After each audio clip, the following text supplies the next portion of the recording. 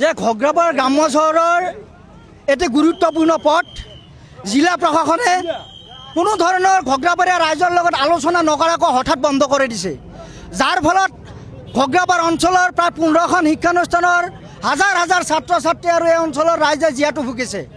এটি বিকল্প পথ আছে, এই বিকল্প পথটোত একাঠু পানী একাঠু বোকা, এই একাঠু পানী বোকাৰে ছাত্ৰ ছাত্ৰীসকল আহিব যাব লগা হোৱাটো দুৰ্ভাগ্যজনক কথা।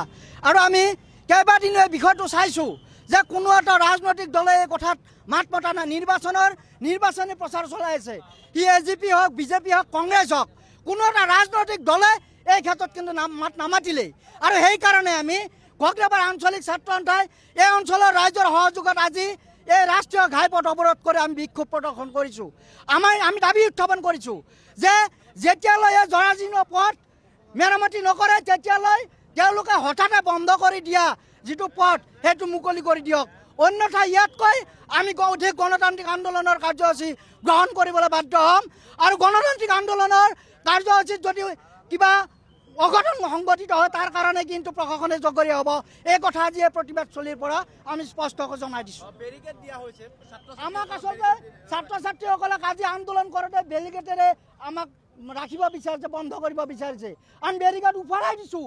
এই আমাৰ আচলতে প্ৰতিবাদী কণ্ঠ, আমি প্ৰাপ্য এটাৰ বাবে আমি ৰাজপথত ওলাইছোঁ। আমি আচলতে কাৰো বিৰোধিতা কৰি ইয়াত আমি ৰাজপথত ওলোৱা নাই। আমি আহিছোঁ, আমাৰ প্ৰাপ্য লাগে। আমি ৰাস্তাৰ কাৰণে ছাত্ৰ ছাত্ৰীসকলে পাঠদান কৰিবলৈ এই ৰাজপথত আন্দোলন কৰিব লগা হৈছে ৰাস্তাৰ কাৰণে। ইয়াতকৈ আৰু দুৰ্ভাগ্যজনক কথা একো নাথাকিব বুলি আমি ভাবা নাই। গতিকে আমি অতি শীঘ্ৰে ইয়াৰ সমাধান হ'ব বুলি আমি আশা ৰাখিছোঁ। ইতিমধ্যে চক্ৰ বিষয়াই আমাক আশ্বাস প্ৰদান কৰিছে যে খুব কম দিনৰ ভিতৰত এই পথটি মেৰামতিৰ ব্যৱস্থা কৰিব। আমি অধিক আগ্ৰহেৰে বাট চাই ৰৈছোঁ। যদি এইটো নকৰে তেতিয়াহ'লে অধিক গণতান্ত্ৰিক আন্দোলনৰ সন্মুখীন হ'ব। ঘগ্ৰাপাৰ অঞ্চলৰ এটি অতি গুৰুত্বপূৰ্ণ পথ ৰাষ্ট্ৰীয় ঘাইপথ আৰু ঘগ্ৰাপাৰৰ দক্ষিণ পাৰ সংযোগী এটি অতি গুৰুত্বপূৰ্ণ পথ ঘগ্ৰাপাৰ বাছ বজাৰৰ মাজেৰে, কিন্তু লক্ষণীয়ভাৱে আৰু একদম কাণ্ডজ্ঞানহীনভাৱে জিলা প্ৰশাসনে এই পথটো নেশ্যনেল হাইৱে আৰু নেশ্যনেল হাইৱে সংযোগী যিটো পথ আছে এই পথটোত বেৰিকেড লগাই দিছে। আৰু আৰু একেলগে ঘগ্ৰাপাৰৰ যিটো বাছ বজাৰৰ মাজেৰে যিটো একমাত্ৰ পথ আছে যাতায়াতৰ কাৰণে, সেই পথটো একেবাৰে কদৰ্যময় পৰিৱেশ, যিটো ৰাস্তাৰে কোনো ছাত্ৰ ছাত্ৰী, অভিভাৱক অভিভাৱিকা, স্থানীয় ৰাইজে অহা যোৱা কৰিব নোৱাৰে। 5 কিলোমিটাৰ ঘূৰি অতি বিপদজনকভাৱে ঘগ্ৰাপাৰৰ ৰাইজে এই ৰাস্তাটোৰে অহা যোৱা কৰিব লগা হৈছে। ৰোগীৰ পৰা আদি কৰি কণ ছাত্ৰ ছাত্ৰীলৈ যথেষ্ট সমস্যাৰ সন্মুখীন হৈ আহিছে। ঘগ্ৰাপাৰৰ স্থানীয় ৰাইজে সমস্যাৰ সন্মুখীন হৈ আহিছে, কিন্তু লক্ষণীয়ভাৱে এই বিষয়টোক লৈ কোনো সচেতন হৈ থকা নাই। জিলা প্ৰশাসনে ক'ব নে চৰকাৰী জনপ্ৰতিনিধিয়ে ক'ব, তেওঁলোকে মাত্ৰ ভোট বেংকৰ ৰাজনীতি কৰাৰ স্বাৰ্থত, তেওঁলোকে মাত্ৰ ৰাজনীতিৰ স্বাৰ্থত এই ৰাস্তাটো আজি অতদিনে এনেকৈ পেলাই থৈ দিছে।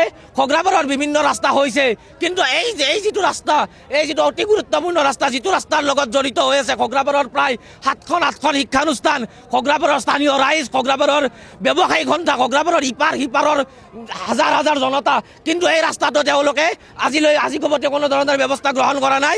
এজাক বৰষুণ দিলে এই ৰাস্তাটোৰে মানুহ অহা যোৱা কৰিব পৰা অৱস্থা নাথাকে।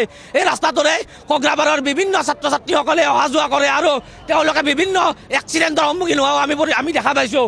এই ৰাস্তাটোৰ মাজেৰে ঘগ্ৰাপাৰত গধূলিৰ বজাৰখন অৱস্থিত, কিন্তু এই বজাৰখনৰ ক্ষেত্ৰতো ঘগ্ৰাপাৰৰ কোনো স্থানীয় প্ৰশাসন আজি আমি ঘগ্ৰাপাৰ আঞ্চলিক ছাত্ৰ সন্থাই ঘগ্ৰাপাৰৰ বিভিন্ন ৰাইজৰ সহযোগত ঘগ্ৰাপাৰ ডাক বাংলাৰ পৰা ঘগ্ৰাপাৰ নেশ্যনেল হাইৱেলৈ এক প্ৰতিবাদী কাৰ্যসূচী গ্ৰহণ কৰিছিলোঁ। আৰু এই কাৰ্যসূচীত আমি জিলা আয়ুক্ত মহোদয়লৈ ঘগ্ৰাপাৰ ৰাজহ চক্ৰ আয়ুক্ত মহোদয়ৰ জৰিয়তে এখন স্মাৰক পত্ৰ প্ৰদান কৰিছোঁ। আৰু আমি দাবী জনাইছোঁ যে অতি কম সময়ৰ ভিতৰত যদি চৰকাৰী পক্ষই বিভাগীয় কৰ্তৃপক্ষই যদি এই ৰাস্তাটো মেৰামতি কৰি যাতায়াতৰ উপযোগী কৰি নিদিয়ে তেতিয়াহ'লে ঘগ্ৰাপাৰৰ ৰাইজে অতি ব্যাপক গণতান্ত্ৰিক আন্দোলন কৰিবলৈ বাধ্য হ'ম, আৰু তাৰ বাবে জগৰীয়া হ'ব মাত্ৰ বিভাগীয় কৰ্তৃপক্ষ।